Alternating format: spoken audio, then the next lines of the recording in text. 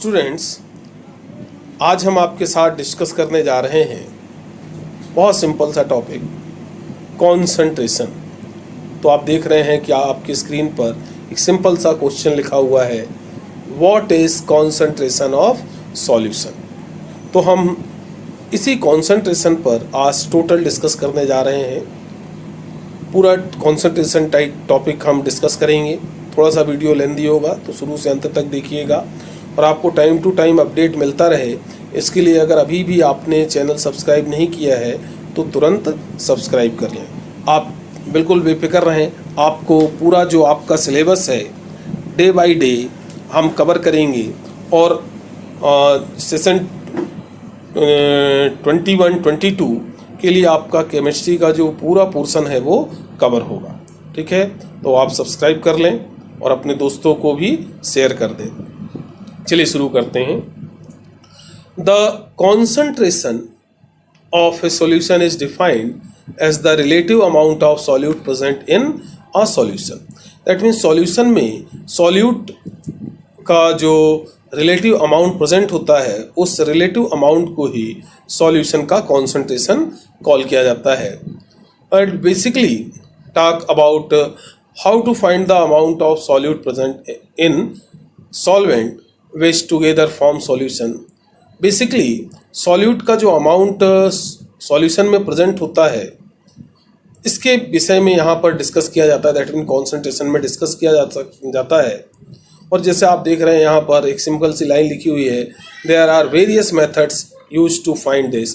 That mean solution का जो concentration है उसको फाइंड करने की बहुत सी मेथड्स हैं। यहाँ पर हम आपके साथ कुछ मेथड्स डिस्कस करने जा रहे हैं। फर्स्ट मेथड हम डिस्कस करेंगे परसेंटेज।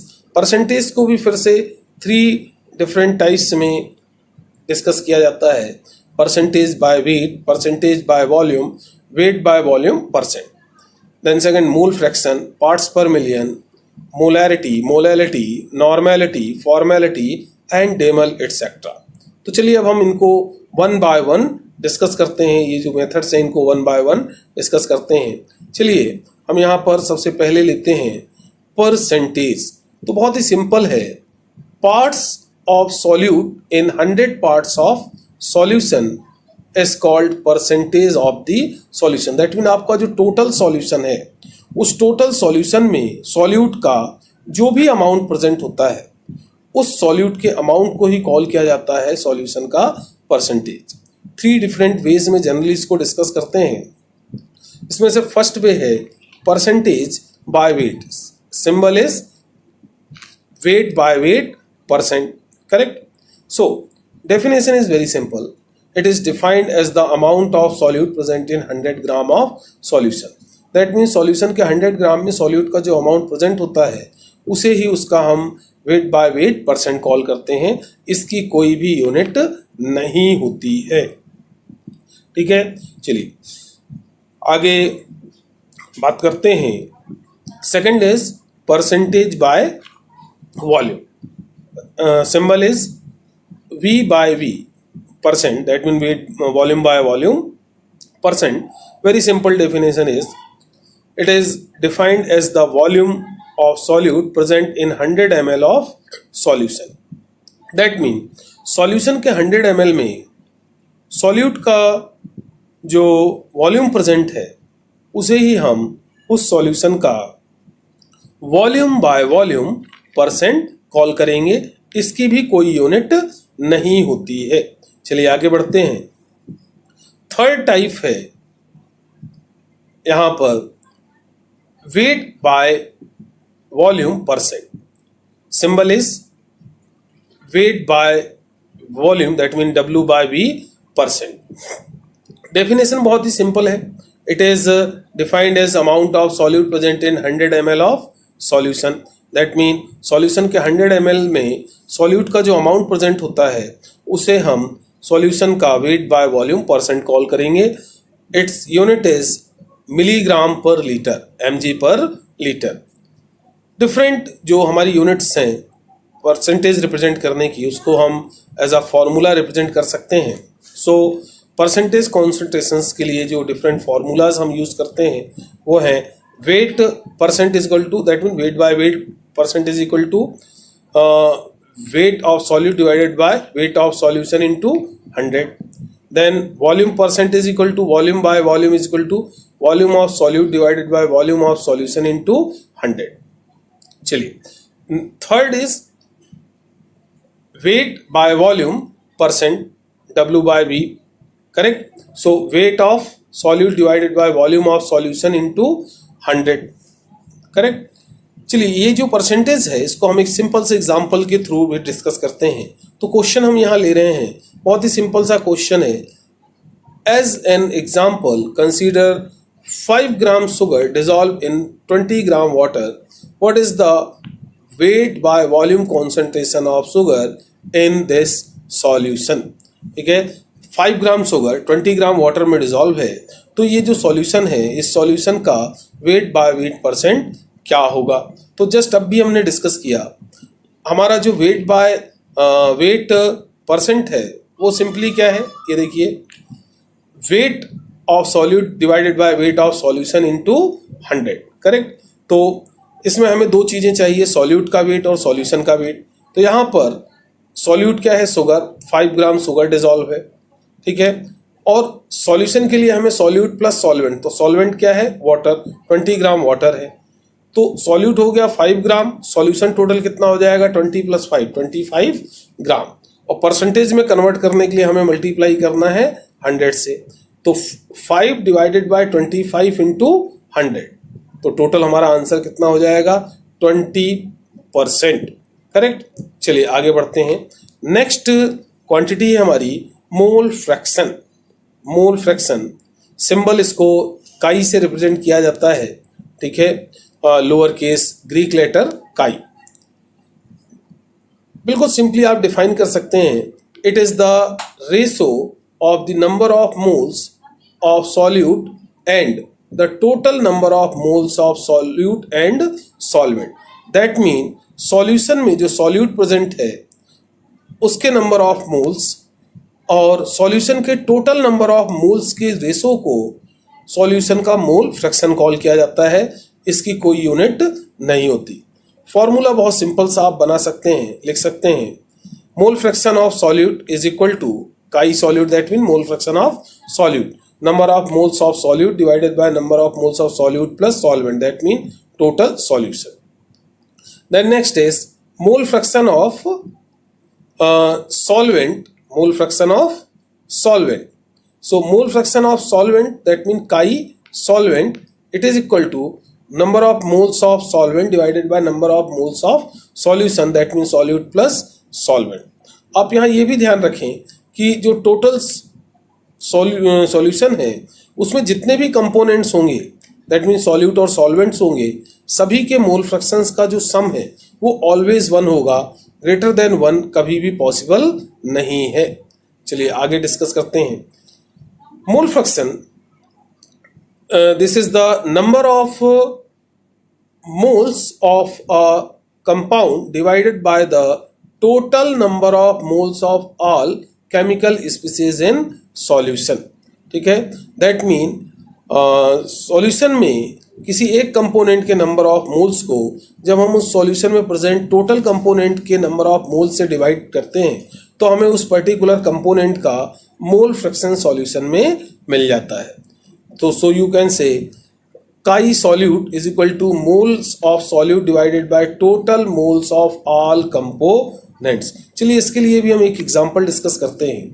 तो यहाँ पर हम क्वेश्चन ले रहे हैं, what are the mole fraction of the components of the solution formed when 92 gram glycerol is mixed with 90 gram of water?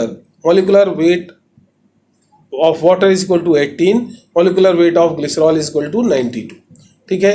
तो यहाँ पर 92 ग्राम ग्लिसरॉल को मिक्स किया गया है 90 ग्राम वाटर में। वाटर का मॉलिकुलर वेट 18 और ग्लिसरॉल का मॉलिकुलर वेट 92 है।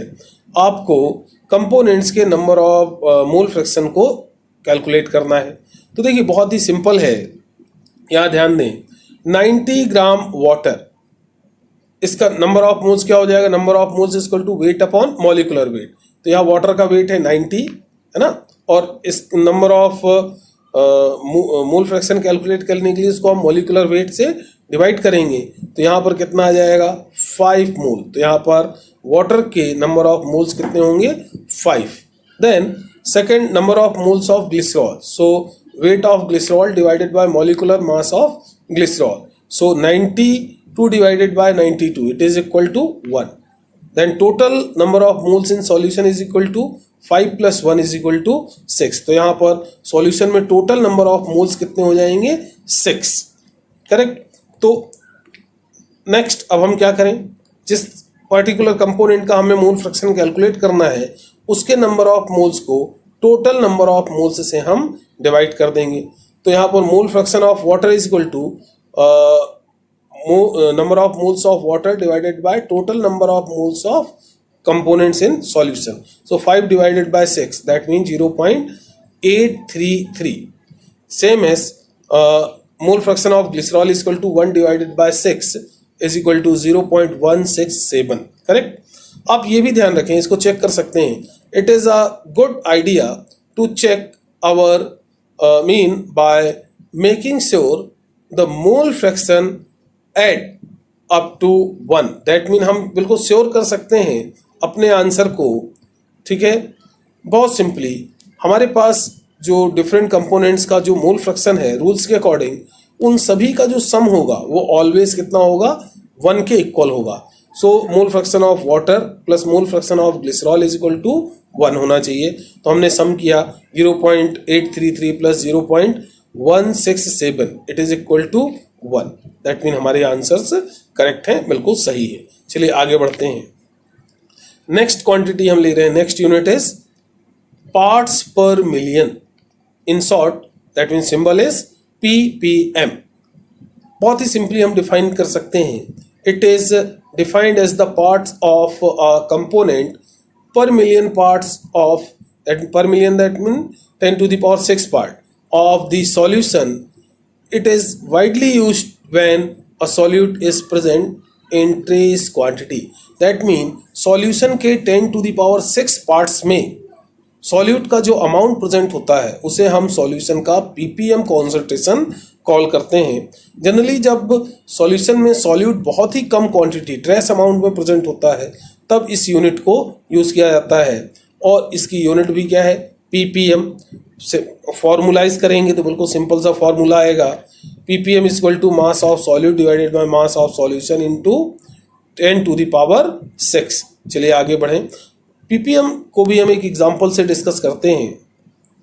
बहुत ही सिंपल सा क्वेश्चन हम यहाँ ले रहे हैं, calculate the molar concentration of 2000 ppm of Pb2 plus atomic mass 207 gram per mole, correct. तो आपको यहाँ पर मोलर कॉन्सेंट्रेशन कैलकुलेट करना है जिसमें 2000 Pb2 प्लस का जो कॉन्सेंट्रेशन है 2000 ppm Pb2 plus concentration present है। तो बहुत ही सिंपल है, देखिए फॉर्मूला यहाँ पर जब हम फॉर्मुलाइज करेंगे तो फॉर्मूला हमारा क्या होगा, ppm is equal to m into mm into 1000, that mean parts per million is equal to mass into molecular mass into 1000, ठीक है। तो इस तरह से हमें यहाँ पर कैलकुलेट क्या करना है मोलर कॉन्सेंट्रेशन। तो molar concentration is equal to that mean mass is equal to molar mass is equal to क्या हो जाएगा ppm divided by mm molecular mass into 1000। तो यहाँ पर देखिए ppm कॉन्सेंट्रेशन क्वेश्चन में गिवन है 2000 ppm and atomic mass is 207 into 1000। आप सॉल्व कर लेंगे, आपका आंसर यहाँ कितना आएगा 0.009 मोल पर लीटर, करेक्ट। चलिए आगे बढ़ते हैं। Next unit is molarity. Molarity as represented by capital M। Very simple definition is molarity of any solution is number of moles of solute present per litre solution. That mean per litre solution में solute के जो number of moles हैं उसके हुई हम solution की molarity call करते हैं। So molarity is equal to unit क्या हो जाएगी मोल पर लीटर। फॉर्मूलाइज करेंगे, फॉर्मूला क्या लिख सकते हैं आप, molality is equal to number of moles of solute divided by volume of solution in litre. और यहाँ पर ये भी ध्यान रहे, moles that mean grams, that mean weight upon molecular mass, correct. So moles upon volume is equal to molarity. In short, you can also say moles upon volume is equal to molarity. That means जब हम number of moles को volume से divide करते हैं तो हमें solution की molarity मिलती है। चलिए हम क्वेश्चन लेते हैं, एक सिंपल सा example. What is the molarity of a solution containing 0.32 moles of NaCl in 3.4 liter solution? 3.4 litre solution है, आपको इस सॉल्यूशन का मोलैलिटी कैलकुलेट करना है, ठीक है, जिसमें 0.32 मोल्स NaCl प्रेजेंट है। So molality is number of moles of solute divided by volume of solution in litre. बहुत ही सिंपल है, देखिए नंबर ऑफ मोल्स गिवन है, सॉल्यूशन का वॉल्यूम भी गिवन है और लीटर में गिवन है। So number of moles divided by volume of solution in litre, that mean 0.32 divided by 3.4, तो आपका यहाँ पर आंसर क्या हो जाएगा 0.94 मोलर सॉल्यूशन, मोलर NaCl। चलिए आगे बढ़ते हैं। Next is molality. Fifth type is molality. Symbol is small m। ध्यान रखना, मोलैरिटी और मोलैलिटी ये दोनों में सिंपल सा प्रोनाउंसिएशन में थोड़ा सा जो है कंफ्यूजन आ जाता है। Molarity that mean capital M, molality that mean small m, rity and lity, बस इतना ही डिफरेंस है, तो ध्यान रखना है ना। Molality that mean number of moles of solute in litre, but molality that mean number of moles of solute in kilogram of solvent. That mean molality of the solution is represented as the number of moles of solute present in per kilogram solvent. That means number of moles of solute in per kilogram solvent. तो ध्यान रखना कि molarity जो है उसे हम number of moles को represent करते हैं 1 लीटर वॉल्यूम में, सॉल्यूशन के 1 लीटर वॉल्यूम में, और जो मोलैलिटी है उसे हम रिप्रेजेंट करते हैं सॉल्वेंट के 1 किलोग्राम मास में। तो इसकी जो यूनिट है वो क्या हो जाएगी, मोल पर केजी, मोल पर किलोग्राम, करेक्ट। और जब हम फॉर्मूला लिखेंगे तो फॉर्मूला क्या होगा, molality it is equal to number of moles of solute divided by mass of solvent in kilogram. That mean solute के नंबर ऑफ मोल्स को जब हम सॉल्वेंट के मास से डिवाइड करते हैं, किलोग्राम मास से डिवाइड करते हैं, तो हमें क्या मिलेगी, सॉल्यूशन की मोलैलिटी।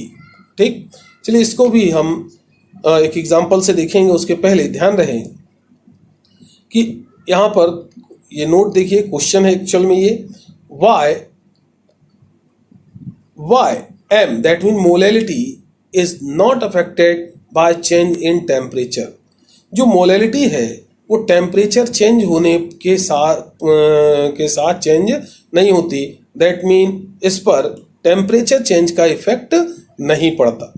तो क्यों नहीं पड़ता, ये यही क्वेश्चन है हमारा। Why M that mean why molality is not affected, नहीं इफेक्टेड होती टेम्परेचर चेंज से।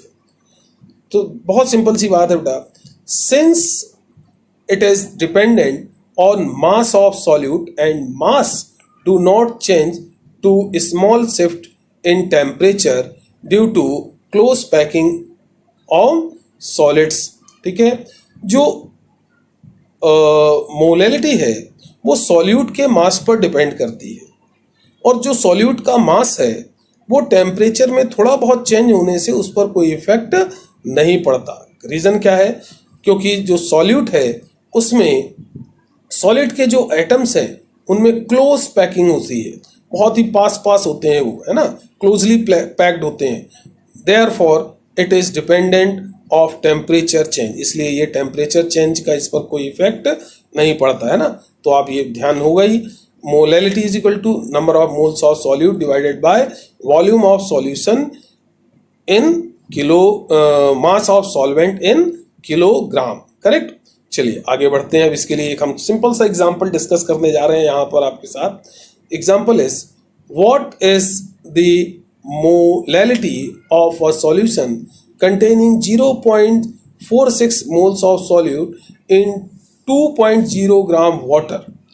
2.0 किलोग्राम वाटर में 0.46 मोल सॉल्यूट के प्रेजेंट हैं। इस सॉल्यूशन की मोलेलिटी क्या है? बहुत सिंपल है, देखिए। तो आपको क्या क्या गिवन है?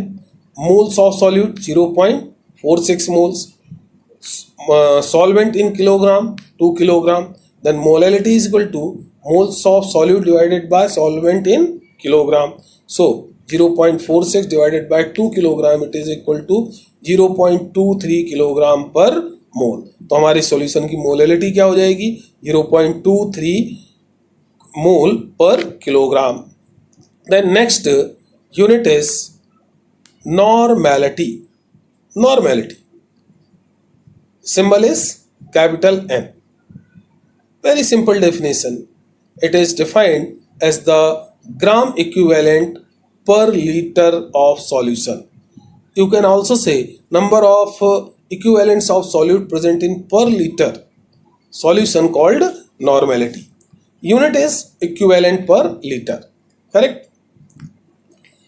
Then इसके जो फॉर्मूलाज हैं उसको हम इन फॉर्मूलाज के वे में इसको रिप्रेजेंट कर सकते हैं। Normality it is equal to number of gram equivalents of solute divided by volume of solution in litre. Correct. अब यहाँ पर हमें number of gram equivalents calculate करने हैं, तो इसके लिए भी बहुत सिंपल सा फॉर्मूला है, मास of solute in gram divided by equivalent weight. Correct. That means solute के मास को हमें सॉल्यूट के इक्विवेलेंट वेट से डिवाइड करना है। सो normality it is equal to the number of equivalents of solute divided by volume of solution in liter, and number of equivalent it is equal to mass in gram divided by equivalent mass or weight. Correct? तो आप इसको इस तरह से भी लिख सकते हैं, normality it is equal to mass of solute in gram divided by equivalent mass into volume of solution in liter. Correct? चलिए इसको भी हम एक एग्जाम्पल के थ्रू लेते हैं। बहुत सिंपल सा एग्जाम्पल हम यहाँ पर डिस्कस कर रहे हैं। कैलकुलेट द नॉर्मेलिटी ऑफ 0.53 ग्राम पर 100 ml solution of Na2CO3 sodium carbonate, molecular mass 106 gram per mole as the following reaction. आपको ये रिएक्शन दी हुई है, इसमें आपको नॉर्मेलिटी कैलकुलेट करनी है। ठीक है। Na2CO3 plus 2H plus tends to H2CO3 plus 2Na। देखिए सॉल्यूशन जब हम देखेंगे इसका, तो इक्विवेलेंट वेट ऑफ Na2CO3, यहाँ पर वेट कितना है?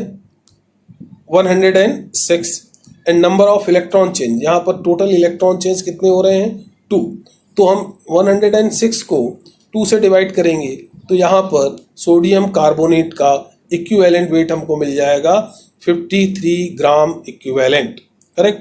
अब नॉर्मेलिटी कैलकुलेट कर लेंगे, तो बहुत ही सिंपल हमारी नॉर्मेलिटी क्या हो जाएगी?